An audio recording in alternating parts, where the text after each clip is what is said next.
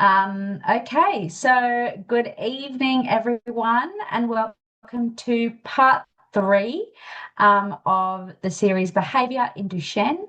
We have our hosts, the wonderful Shelley and Tom from DMD Therapeutic Consulting with us.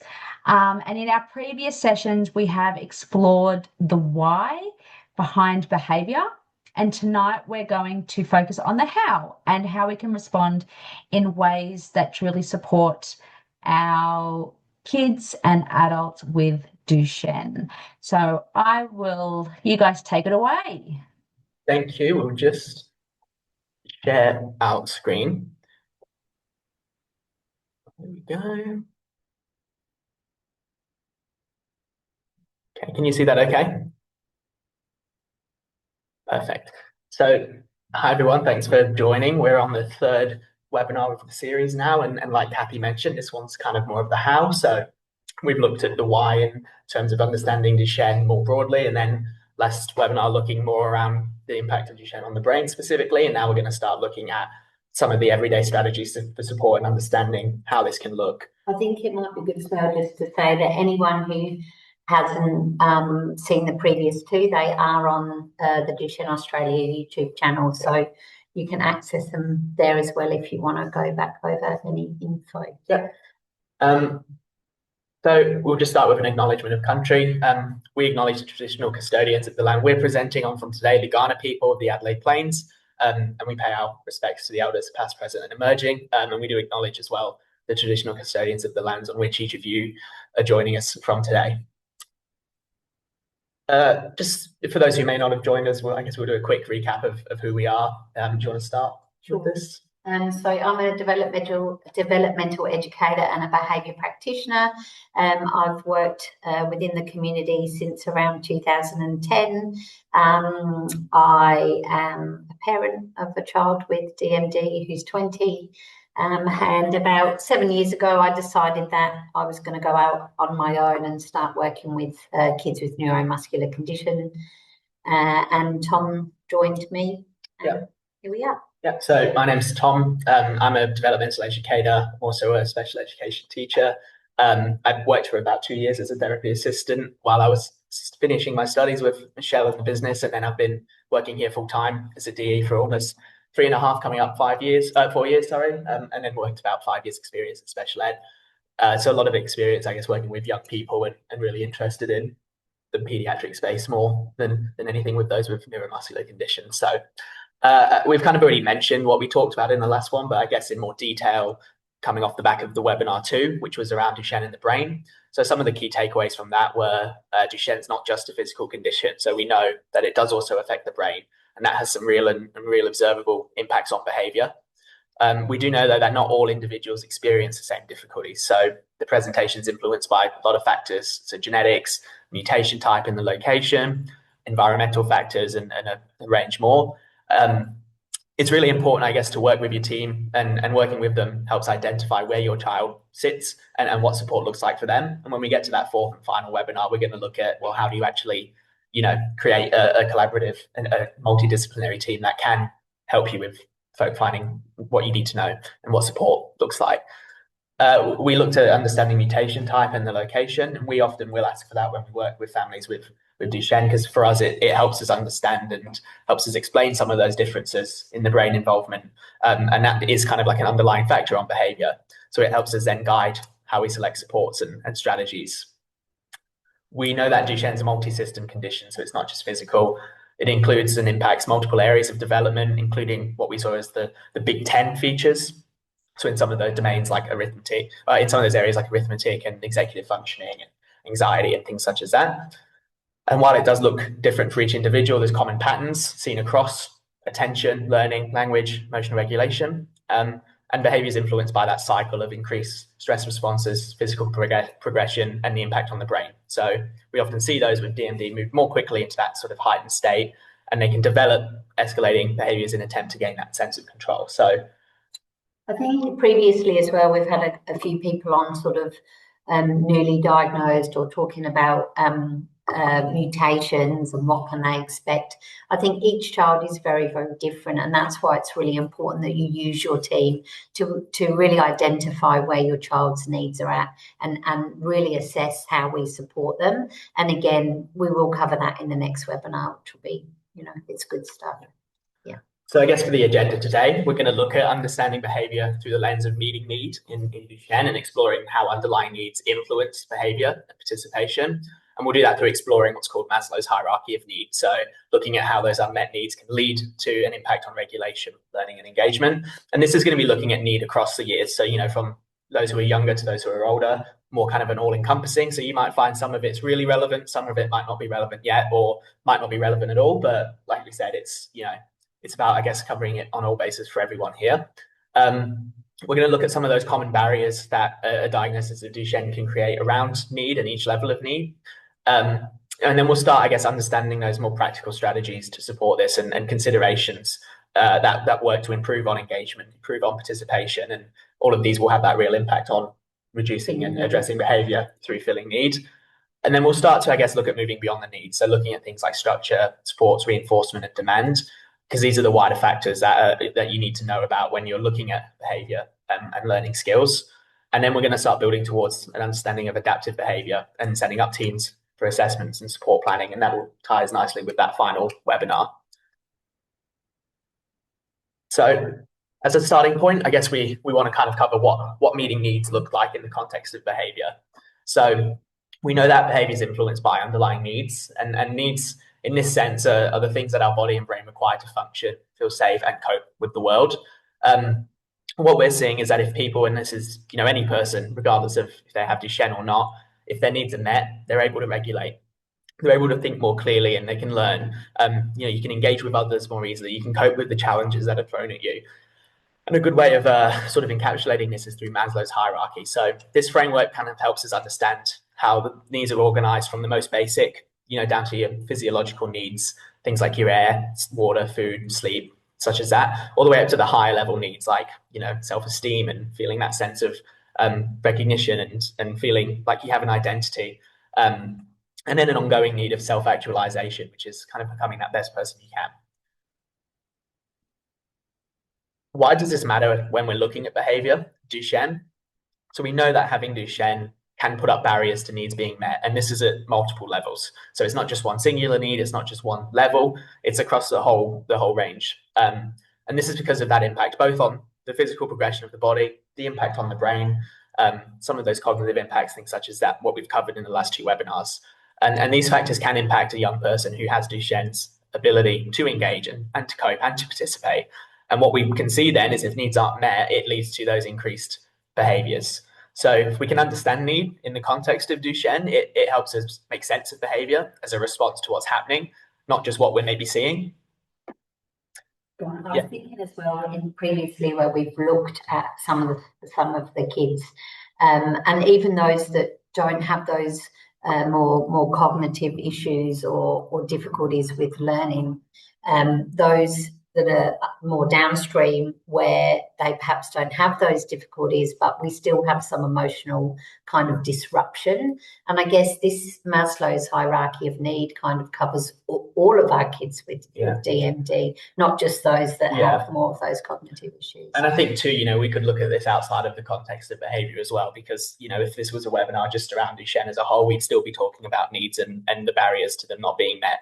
You might not necessarily see some of the bigger behaviours or any at all, but, there are still those barriers to needs being met, which we're going to kind of unpack as we go forward. I guess some of the wider things to consider that are more underlying across all of those areas of need are fatigue, pain, and reduced energy.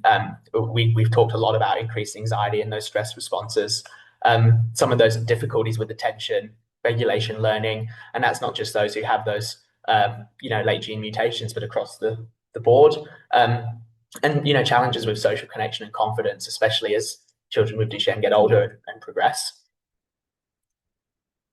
So as a bit of a fact, what we know is, when underlying needs are unmet, behavior can become harder to manage. So I think we often see, people will want that single strategy response. They'll want the fix, especially as behavior becomes much, much harder to manage. And we've looked at the window of tolerance, and we know for those with Duchenne, that window is often a lot smaller. So they can be a lot quicker to enter that fight or flight response, or that freeze and that withdrawal.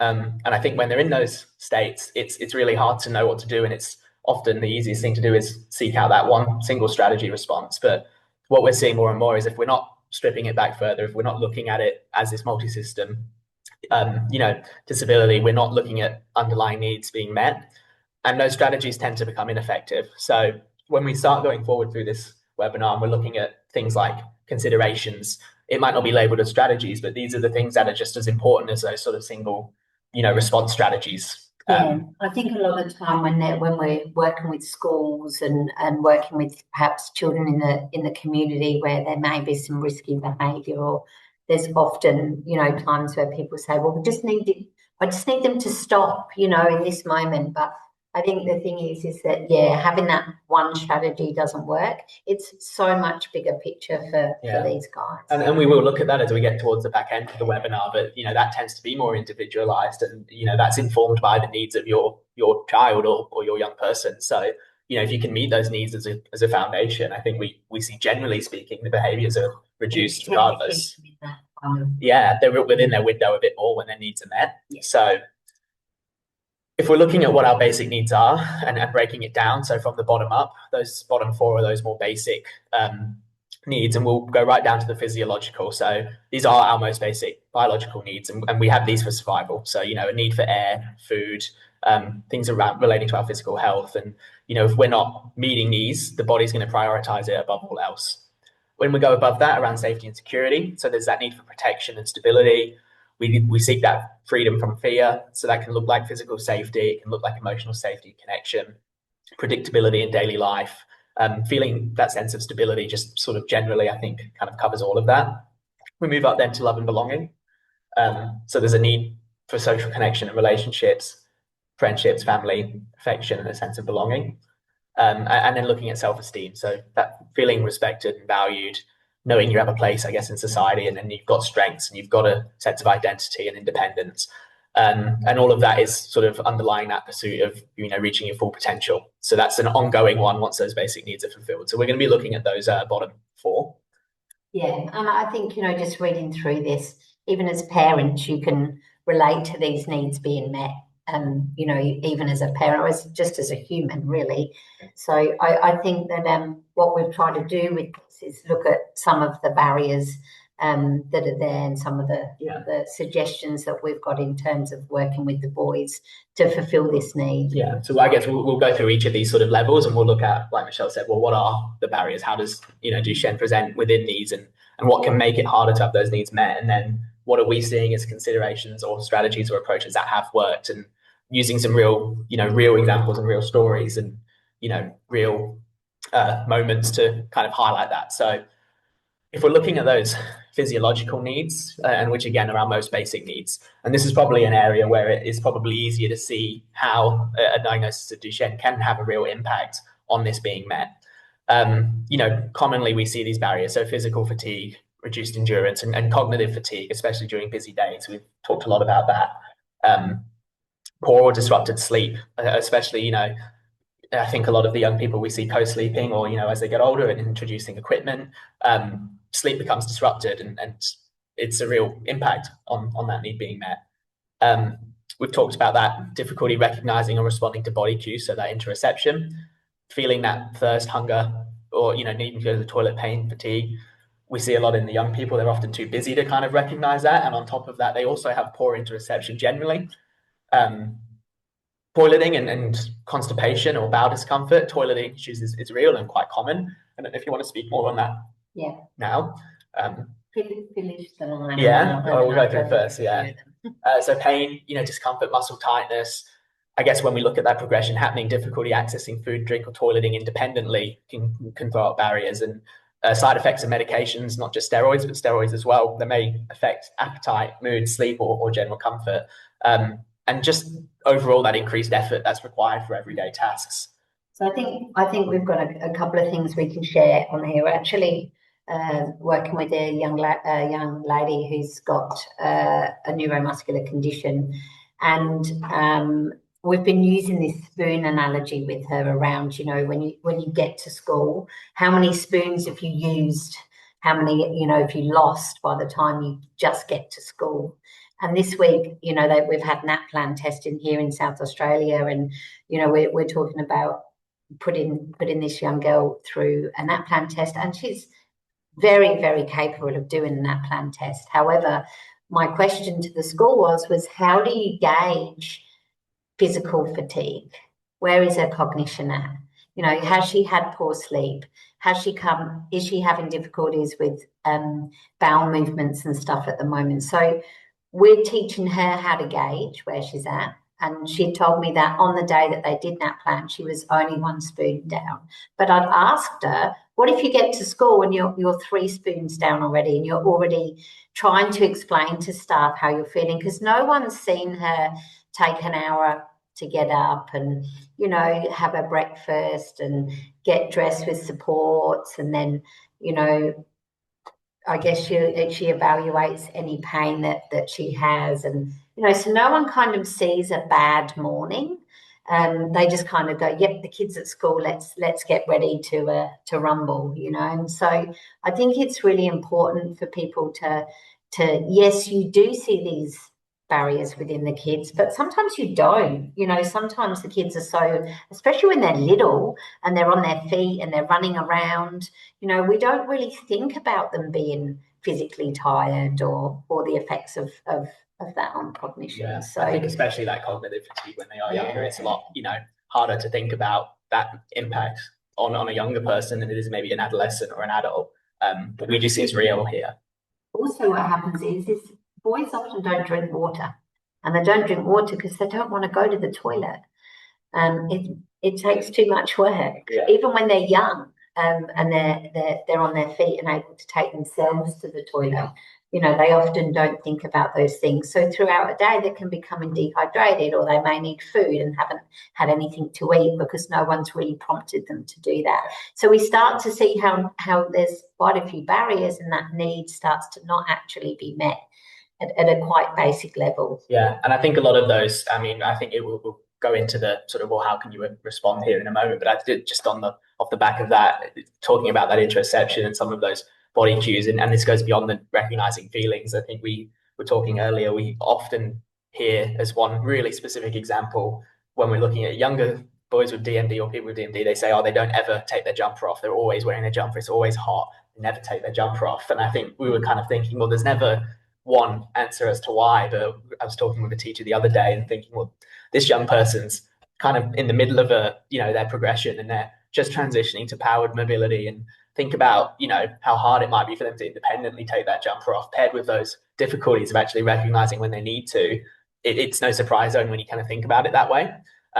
So that's just something. And even the initiation of asking another person, when your communication's your expressive language is quite poor, so you're not going to think, oh, I'm going to ask Tom to, help me with my jumper, because it's not going to. And we see that too then, with fatigue and needing a break. We talk to teachers and they say, oh, well, they can leave the class if they ask for a break. And we say, well, look, you've got to think where they're at right there. It's, they don't have the capacity to ask. So I guess if we're looking at things that help in consideration, so, we want to, what we ideally see is, you start proactively supporting. So proactively supporting food, hydration, toileting, having those regular prompts, and not just relying on them, especially when they're younger and their bodies to tell you, because often, they'd have that difficulty with interoception, and you pair that with some of those difficulties of, self-direction and initiation. So you might not see them ask, and sometimes they're holding it all day then, and they can start to have difficulties with constipation or, difficulties with urination, things like that.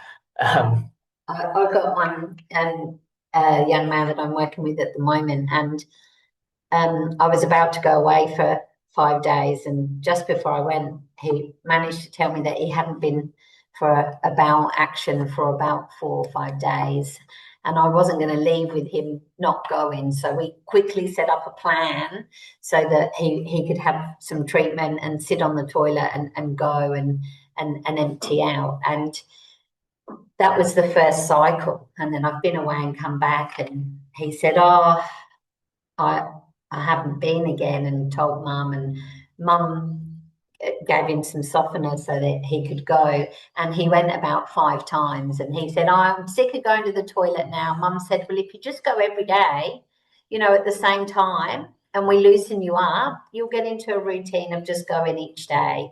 And I think one of the things we've sort of learned is that as the boys get older, accessing the bathroom's a really hard thing. They go to to school with a full bowel, and then there's that risk of, am I going to let some wind go? And then am I going to end up pooing a little bit? And when you start to get into your teenage years, it becomes a lot more embarrassing. And you want to be empty either in the morning or in the evening so that you don't have to worry about those things happening. And constipation is a big thing. We do a lot of poo study. It's a really important thing. And one of the things I think when we get to that fourth webinar is sort of giving the direction to people as to, okay, well, we talk about the research and we talk about what we see. Where can you find this as parents, and kind of direct you so you can see there is research there. I think too, just with this, like around clear and predictable routines across environments, I think it does help, and you do tend to see having like a set time and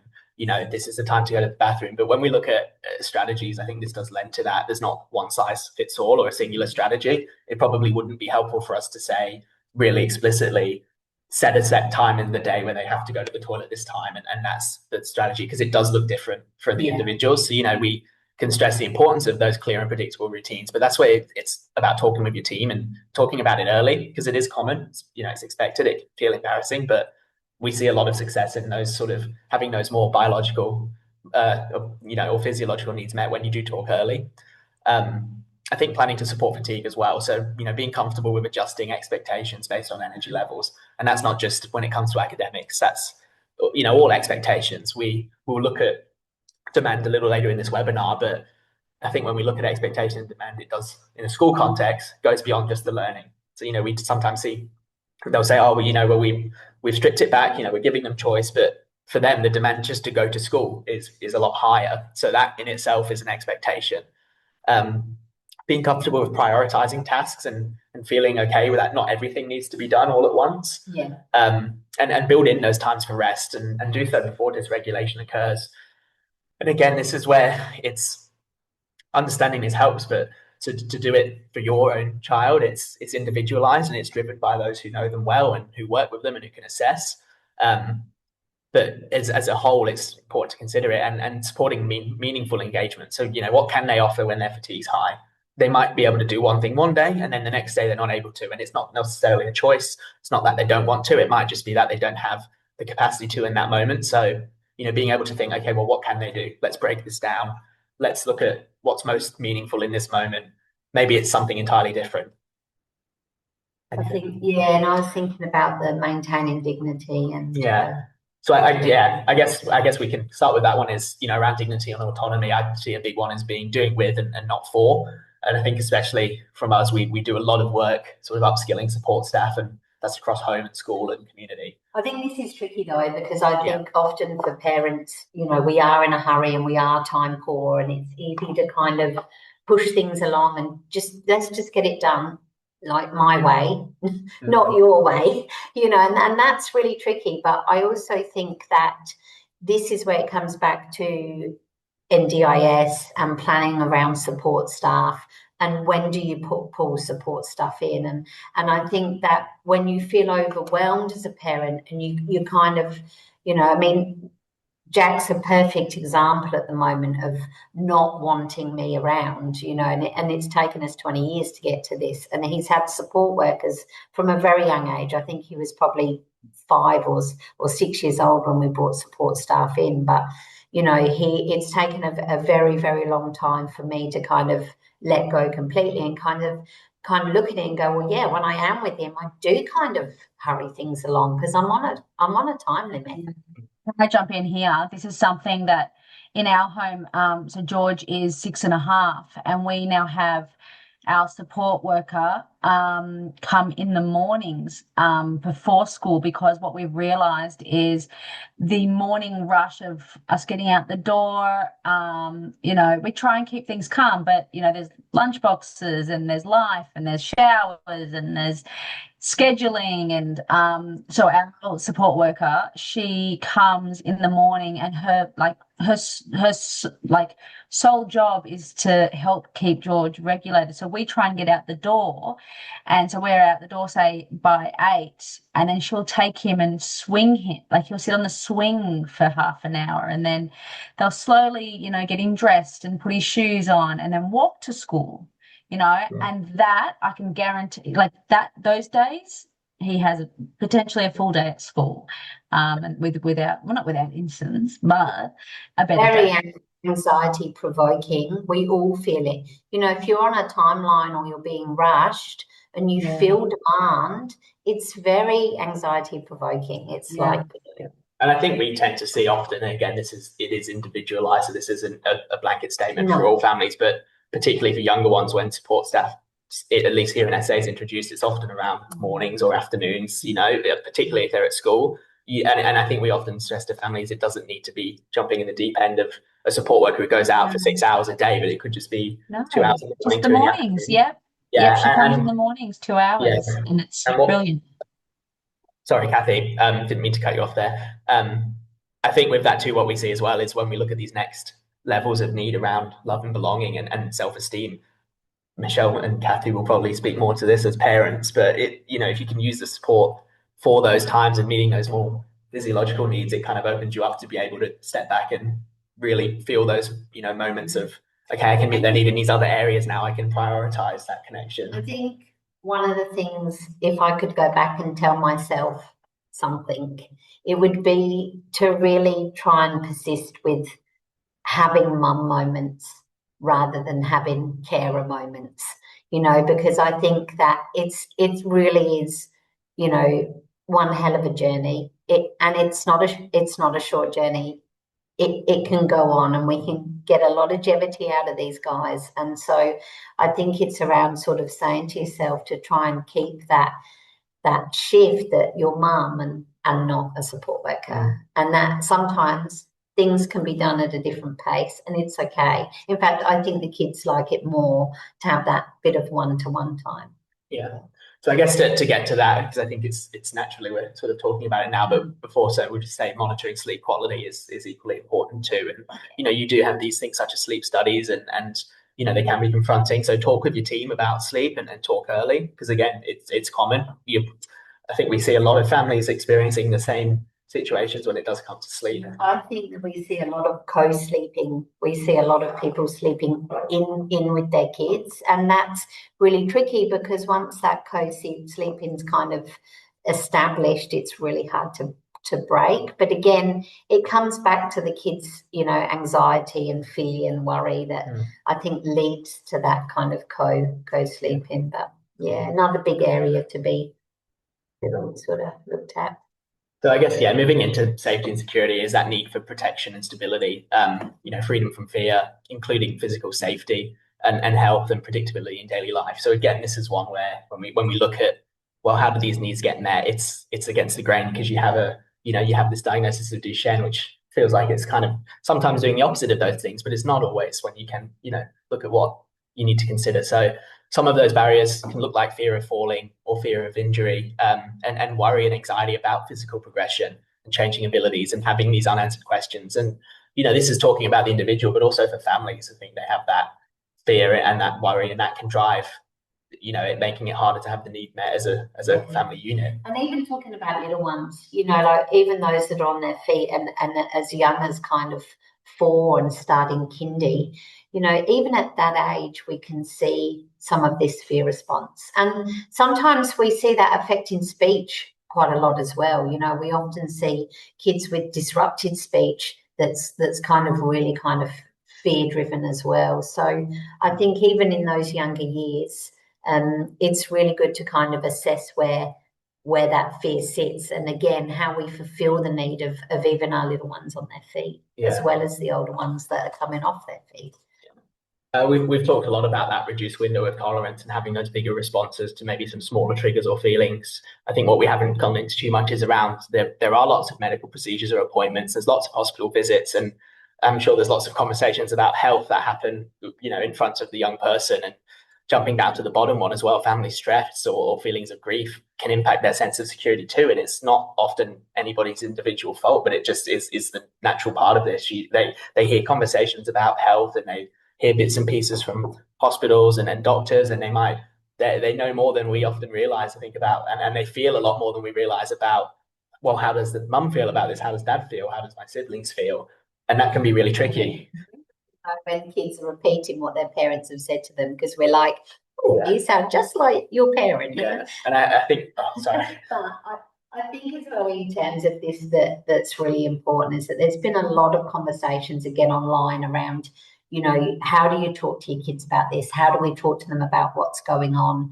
And I think what's really important is to often stay in the moment with what's going on with your children. And if you do go to a hospital appointment and something is spoken about in front of them, it might be a really good opportunity to go back and kind of revisit some of that stuff and talk with them in a manner that kind of puts them at, to ease a little bit. Because often when yourself when you're in a hospital appointment and there's lots of talk going on and you start to feel quite overwhelmed.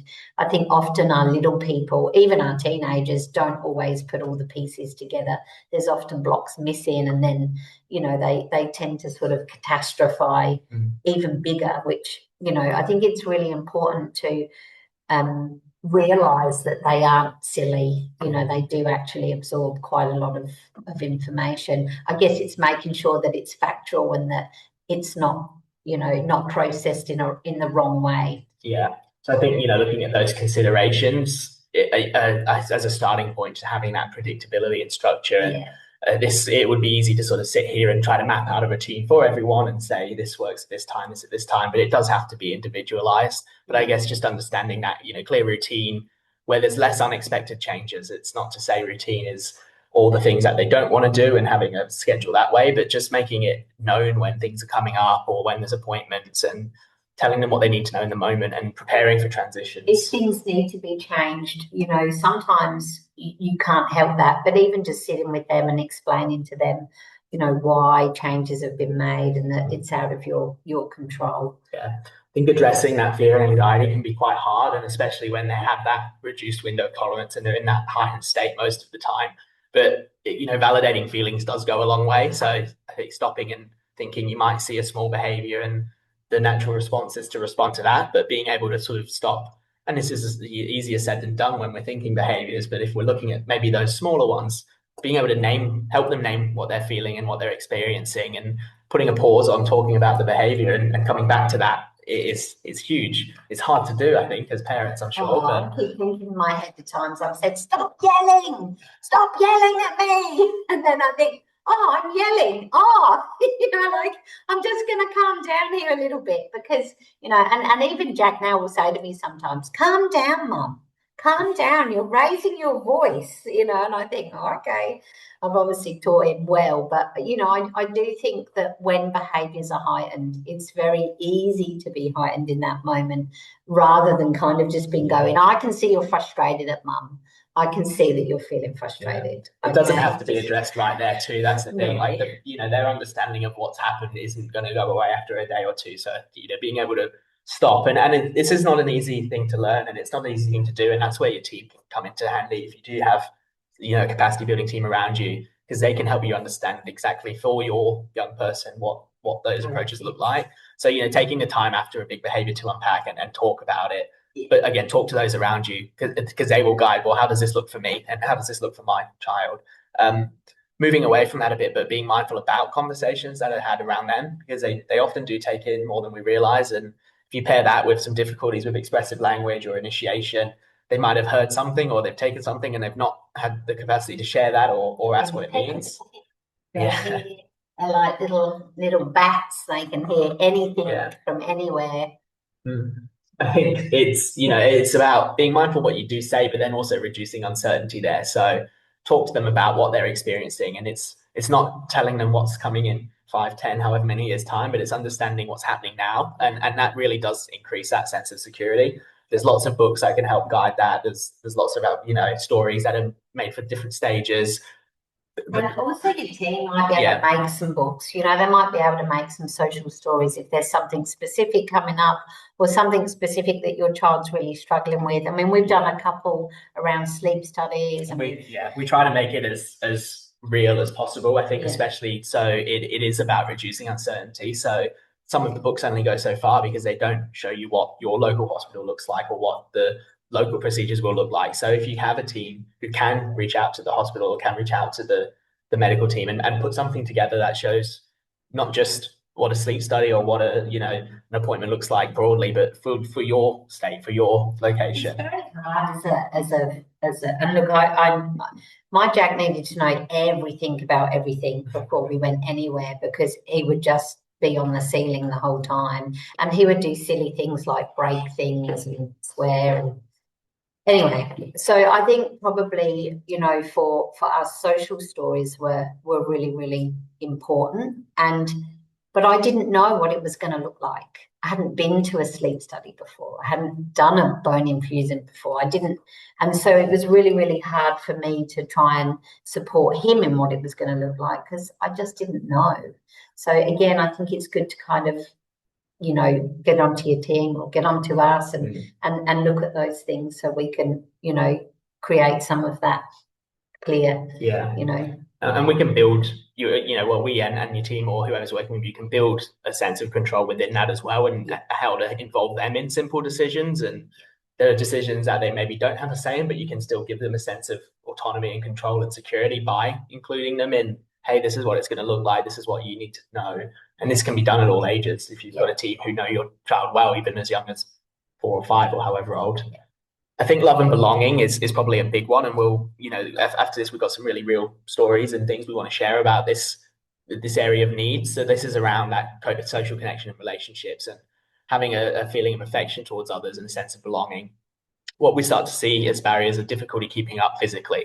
And I think we've talked about that quite a lot through the last few webinars, but it does create barriers to engagement, especially at school and in the community where accessibility is unfortunately not always there. So we do see reduced access to community activities or groups. Friendships can be harder as differences become more visible. I think kids are often, we hear a lot, kids, they're nice, they look out for others, they're tolerant, but sometimes real meaningful friendships start to become harder to facilitate if there's not somebody there driving that. And communication can impact reciprocal interactions and make it difficult for them to form friendships without support, as well as rigid interests or difficulty with shifting away from something they like. And especially if things are getting harder, they might start to have really firm interest in one particular area. And they might not like losing, and they might cheat, and they might make up the rules as they go along. And they may boss everyone around to make sure that they use the same rules as good at quality control. They're amazing quality control. I think we see a lot, especially as they're going through a progression and things are becoming harder. They seek that feeling of success and they want to feel good at something. So they do not like to lose, and they do want to win at any means necessary. And they don't want to move past this level of a game until they've mastered it. And then beyond that, we do see difficulty with social cues or navigating a group dynamic, feeling different from peers. They might start to miss out on some of those more spontaneous social experiences because they're not planned or accessible. And then on top of that, we see, burnout or carer stress. It does increase the barriers to getting out. If you've got a big family, you've got multiple siblings, or even if you've just got the one child, it's not as easy as just sort of, okay, we found this and this, we're going to go here on this day. We do see a lot of the time the first response is often no, even if it's something that they want to do, and we know it's something of interest. And that's where we think about those other areas of need. They might not have had a good sleep. It's the effort it takes to get up every day and get ready to go it's far beyond what any other child experiences. So it's easier to say no sometimes. You might have planned this huge, lovely day out and they've been excited all the way up until the morning. And then when you say you're ready to go, they say no. So I think if we're looking at how to address that, as a start, support the access to meaningful opportunities. So look for places in the community, look for social groups. If you have an NDIS plan with support coordination, they can certainly help find funded ones, or even just looking into your local libraries. They often have a lot of at least here in SA, we have a lot of libraries that run drop-in groups and, free classes. Yeah. I've got lots of after school things and school holidays, and it's often all accessible. And the kids that go are often quite quirky and sort of magnetate towards each other, don't they? Yeah. And I think when you're looking for those things, it's prioritizing things that actually are of interest and not just what's out there. Yeah. It can be quite easy to fall into that, oh, well, this is on, we'll just try it. But if it's not of interest, we already have that, common response of no, it's going to be even higher if it's not a real interest. Knowing that common response might be no, and it doesn't always mean they don't want to. So you can offer that support to try things, and strategy-wise, it's tailored to your child, and your team can guide that in terms of, okay, how can we as parents approach this if they are refusing? Or how can I maybe use a support person who might have, who might be able to offer their capacity in supporting. I think one of the hardest things is getting these guys to use equipment, and they'll often push back on equipment, and it's really difficult because we work closely with a couple of OTs here, and I say it's all very well scripting equipment, but you've actually got to get them to use it, and sometimes it's them just understanding the risk around not using it, and also the equipment is again about to create independence, not take it away. So sometimes you've got to kind of show them that and talk to them about that. And again, they're not silly. Often having those conversations, I want to go to the top of the slide. And it's like, that's great. If you get to the top of the slide, how are you going to get back down again? Well, I might go down the slide. Great. If you're confident to go down the slide, go down the slide. But they may turn around and say, I don't know how I'm going to get back down if I get up there. And they may not have stopped and thought about that. So there's a lot of things around getting them to do mini risk assessments and think about, the barrier. And then other times they won't do it at all. So, yeah. Going on to that is building and scaffolding experiences around those interests. So if you're looking at, and I think again, this lends to teachers or support workers or even and parents too, but looking for interactions around the shared activity with peers rather than just sort of open-ended socializing. If your schools offer lunchtime clubs or, Lego clubs or puzzle clubs, they're great. I will say from experience, often they don't independently seek those out, nor do they often agree to go to them initially. But if you can offer some choice within it, maybe why don't we check this one out or this one you can pick. We don't have to stay, we'll just look. Once they're there and they've seen it and they know, oh, this is something I can do well. It's predictable. Yeah, I can do it well. It's not hard for me to keep up. It's not just sort of open-ended socializing. They do tend to gravitate to those, and they can have some real successes there. So, talk with your schools about what's on offer at lunchtime, and start early, because I think if you can build it in young, as they do get older and it's, unstructured play becomes harder, or peers start to play more sports and it's not accessible for them. If they've got the opportunities already there, it saves you a lot of groundwork, and it's often easier for the schools to set up, especially if the individual has a support person. Yeah. And using that interest as a starting point for engagement.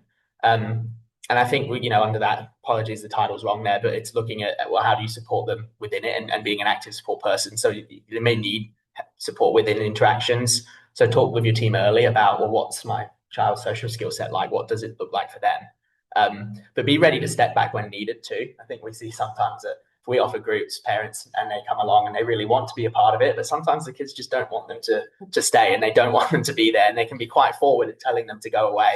And that's okay. I think it's worth trusting the people that are working with your child to help meet their needs in that moment. So I guess, what does this look like? We do see a lot of community-based things here in Adelaide, and a lot of them, we try to drive and set up, and it's a really great opportunity for a lot of these young people to have that sense of love and belonging, because they may not see each other more than a few months a year, but often they're there and they're having real conversations, real connections. So the top two, sorry. I think, and we gauge that because we often see these kids, weekly, sometimes every couple of weeks, and we go out and see them at their schools or at home, and they'll talk to us about the other kids. They'll ask how they go in. Ask questions about kids they've maybe not seen for months, or I think they like hearing stories where you can share too about the others, and it does help sort of normalize their experience. Jack is a huge, I think, person that people we work with look up to, because we can share about Jack, and it does help that he's probably gone through everything and more that they have.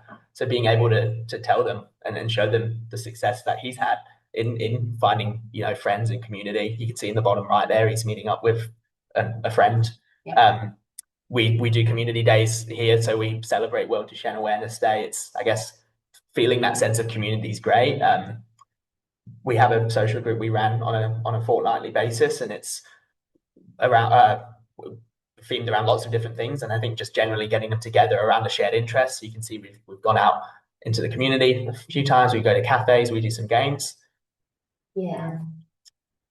Looking again at how that looks, so finding that shared interest again. We went to a carousel, and that was a real hit for a few of them, a real fear for a few others. No, they didn't. Most didn't. Jack was like, well, I'm going on, and then that kind of triggered them all to go on. Yeah, and I think too, like, this is where when we talk about being okay with letting someone else support your young person. There was a young girl there who was absolutely terrified of going on, but when one of our therapy assistants who works with them regularly was saying, well, how about I go on with you? That was in that moment all it took. And I think for mum, it might have been a bit of a hard, okay, well, it feels like she doesn't need me to do it. That's not what it is. It's just, you can put trust in your team to help meet them needs there. Again, shared interest, Ghostbusters, we had them come out for one of our groups. I think it might have even been a birthday, and that was a big hit with a lot of them who attended. And I think as a family too, and I'll let Michelle speak on this, being able to prioritize, well, okay, how do I look beyond being just a caring role and actually be a mum or be a dad or be a parent and give yourself permission to go and do those things. And look, Jack wasn't always the best in the community. There were times when we got to places and it didn't work out. We had to pull the pin and come home. That's okay. I learned very quickly to get a bit of a backbone and not really worry about what other people thought. These were our moments. And sometimes if he was a bit loud and a bit disrupted, my husband would just want to dig a big hole and, but I'd be like, well, this is how he is. This is how life is. It's not always easy, but we have always tried to find again, Jack's interests and call and find out whether it's accessible and wait on the ticket tech line so that we get tickets to go and see things like the motorbike shows but yeah, we've always really tried to sort of take a breath and work out things to do, but mainly things that are of interest. And I'll say too, as they get older, I think again, I sometimes do some work with Jack, and I know now I'll talk with him and his support people about things that I might see, or if I see a flyer, or we talked about a local winery, the Darrenberg Cube, which is very sort of quirky, fully accessible, very artsy, and Michelle and I were looking. And then it was, well, why don't, I'll go tell Jack about it, and he can choose if he wants to go with you, if he wants to go with a support worker. I think as they get older, someone kind of does need to drive that, but having someone who can be that support to look at things that are out there. And he doesn't like going out at night time, which makes it really tricky. He's a daytime person. And again, that's that working around your kid and what they like. And So again, then we're looking at, well, how do we facilitate that feeling of self-esteem and create feelings of confidence and independence? Because if we're not doing that and that need's not met, we do see bigger behaviors. So I think one of the barriers is that reduced independence, increasing need for assistance, and that can really impact that sense of dignity, particularly for adolescents and adolescent boys, as we know it's primarily impacting. It's hard to find feelings of success and in other areas of where kids might or others might achieve it more easily. And there's a lack of control as they get older. They might also be spoken to in ways that feel like they're for younger or infantilizing than their actual age, particularly if there's no sort of team approach. And that's where in that fourth one we talk about why it's so important to have a multi-D team and people working together, because you don't want one person going off rogue and talking to them in a way that's actually really impacting them, and then they may come home and they don't have the capacity to tell you about it, but you're seeing these big behaviors. So having a team that can put in place a bit of a plan around what works best for my child. Dignity as well, if support's done for them and not with them, and they may not have those skill sets in communication to ask for how they like it, and it can come out in bigger behaviors of being quite rude or direct or quite stuck on things needing to be a certain way.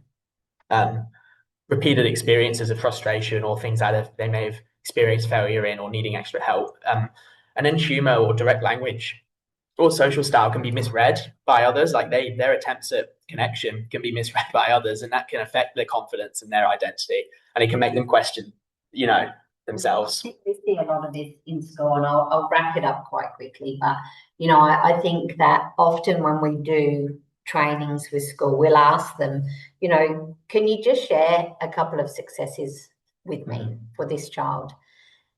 And you just, see people like,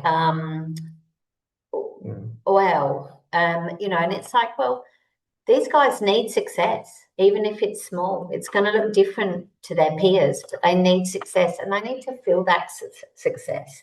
And I think what we see is we often see the boys trying to use humour and try to be a bit direct, and they don't quite get it right. And they do come across as being a bit kind of rude and a little bit to the point sometimes. And again, often in those school environments where, it can be misplaced, and then people kind of sort of look at them in a way that they're being naughty. But, So I guess what do you need to consider then, and what do we see that works? So it's about creating opportunities for success. So often helping them find a pathway where they can experience that, even in small ways, and it often will be different to their peers. Success, if we're looking at school, it might not just be about doing grades or achieving the results and keeping up. It might be about a small project that they've started, might not even be completed. So helping find that sort of individual pathway and for your child. I do like to finish things though. And I think that's, there's a sense of achievement when something's finished, but also that's shared with a parent. Often again we get told all the naughty things, but we don't get told those little highlight moments. I guess even just starting it is what I'm, it's great. Like just being able to get started, because finding something can be hard at times. Being able to break things down so they're feeling achievable and they're not overwhelming. So keeping in mind that even smaller tasks can be experienced as demanding. Teachers may say they've stripped it back as far as they can, but often just the demand to do the task itself or to sit down is a challenge. Focus on effort and progression, not always just the end result. I think Michelle's raised the point, like they do like to complete things, and it is there, but being able to stop along the way as well and kind of reflect on what you've done. And repeat experiences of not being able to can impact confidence over time. So, expect that we might have to work a little bit harder to create those opportunities. But you can support independence meaningfully. So look for the ways they can be involved, even if they need that more support, because independence doesn't just mean physically doing it. It can be about autonomy. So, focus on doing with or not for. Be driven by support staff. It doesn't necessarily have to be driven by a parent. And maintain dignity and age-appropriate support, I think, is a big thing. So, interact in ways that actually match their age. Try to avoid approaches that might feel too young or overly protective, or, in a way it can come across condescending, particularly as they get a lot older.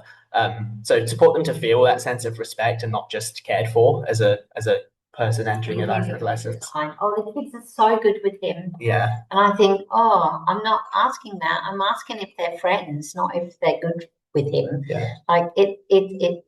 It's bigger. So we want to build confidence and build a sense of identity. So recognizing if that's different, recognizing that can look different for every person, but help them discover what it looks like for them. I think we see a lot of the people or the young people we work with here, the pathways that they take as they get into high school or they get approaching high school will often look a lot different to maybe what everyone at the school would have thought it would look like 5-10 years ago, or maybe what parents thought it would look like when they first started school. But for us, it's about, okay, well, there's success within this. We can find what it looks like.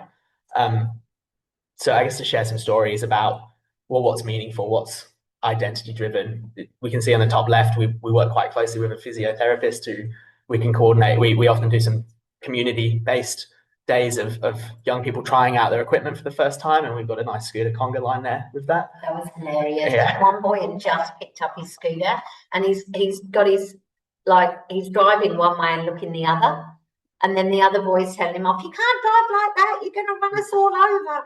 It was brilliant. So I think we had a number of kids in the local park, everyone, all the old people on their bikes were having to go around them. We, finding things of interest. So the top right, there is a Warhammer group we ran, and it was all of interest initially, but then it was about, okay, well, playing the game, we all wanted to play the game, but it was too tricky, it was too difficult, and the gap in skill was vast between all of the participants there. So it was kind of on me and the support staff running it to adapt it and make it more engaging. And we kind of did a pseudo Dungeons and Dragons roleplay / Warhammer themed approach. It was a lot of planning and a lot of work, but it was really successful. And I think a lot of those who attended this have found a real interest and have continued to engage. I know Jack was, and for quite a while, weekly being at the Warhammer store, painting figurines and really detailed ones as well. And something he's amazing. No, like it's the detail though, but it was a real strength of his. Even as he got older and things became more challenging, he could still do it well. The power chair sport, it's not for everybody, but working, what it looks like in your state's different. I know certain states already do junior leagues or sort of youth leagues or come and tries. But New South Wales do it well. Yeah, they do it very well. We occasionally would work with them and set up some come and try days for younger players and having them come out and trial it. And then we've seen some of the younger people actually commit to it and stick with it now and are playing in the league with the adults and have gone into state to do so. We had a Minecraft server, which we hosted too, which was online. So it was a lot more accessible after school, could hop on and it was creative and build what they liked. And it was very facilitated. You're putting 5 or 6 children with DMD online. You really needed a few people to help coordinate and scaffold those interactions. Things with DMD. I joined once to take some pictures of everything and it was all burnt down, and I asked the person running it, where's it gone? And they said, we just wanted to start again, started fresh. Didn't want to keep anything though, I had to go from nothing.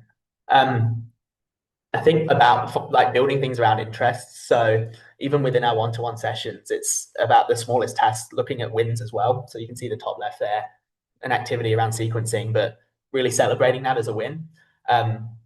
Some of those pictures where you can see the cars and the big poster in the middle was a group we ran around sort of a craft and hobby group, and each individual came with a different interest and a different motivation, and it was kind of bringing it together. So we had one person who loved to take apart electronics, one person who was really big into Pokemon, and then another who was big into sort of modifying those Hot Wheels cars. And we thought, okay, well, how can we bring them together? Let's just make a big mural piece with it all at the end of the program.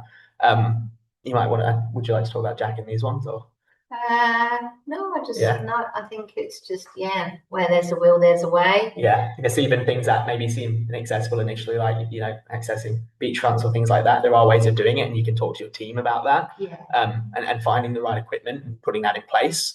And then I guess as particularly as they enter adolescence, I thought it'd be nice to share this around identity and purpose. And I think Jack's a good example because he is older now and he has been out of school for a number of years, and we've worked. And we don't have to get permission for yeah, so we can share it because it's fine. So working closely to find, okay, well, what's purposeful for Jack, what's meaningful in his week, and right now he's really interested in punk and punk culture and fashion. So we've looked at, okay, well, you've got an insane amount of clothes. Why don't we set you up with an online shop, and you and your support people can upload your clothes you don't want, and you can sell them, and you can buy clothes if you choose to, and you can learn all about punks, and you can do some modifications on your own shirts. I think just quickly in terms of older kids and getting into these adolescent ages is that we've got a very wide range of kids. We've got 2 kids that have started uni, this over the last month,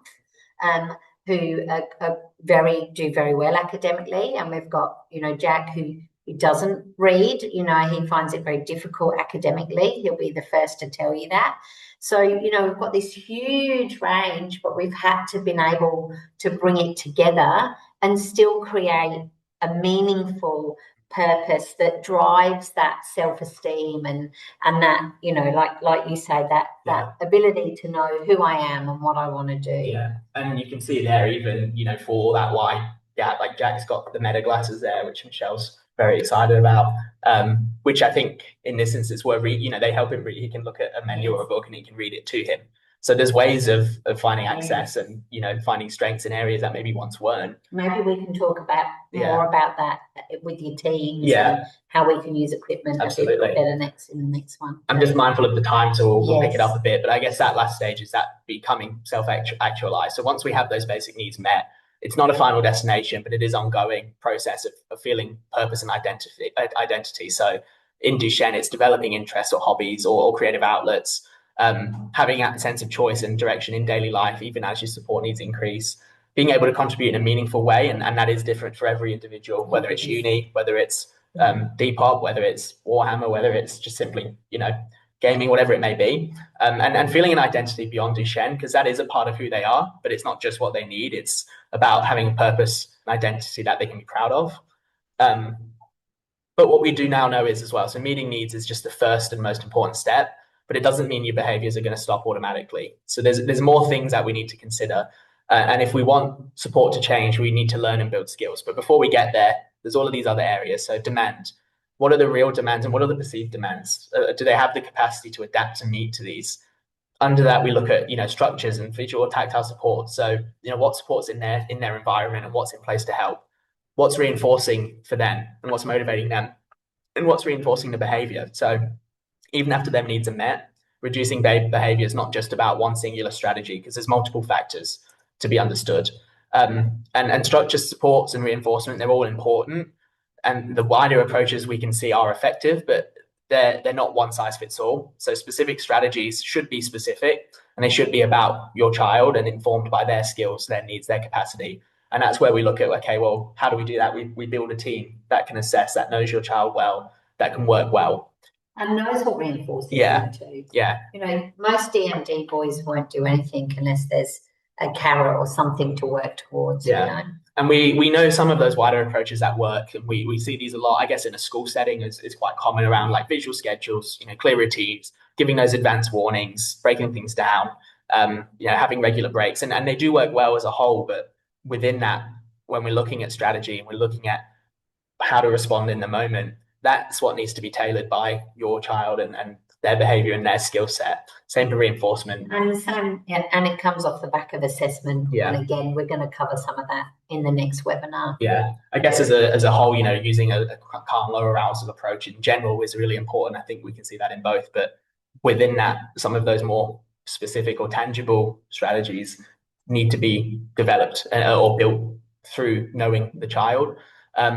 Demand, I think, is a big area, though. And demands, they're not just what they might have been asked to do. They also include what they actually perceive as being expected of them. So we're calling that perceived demand.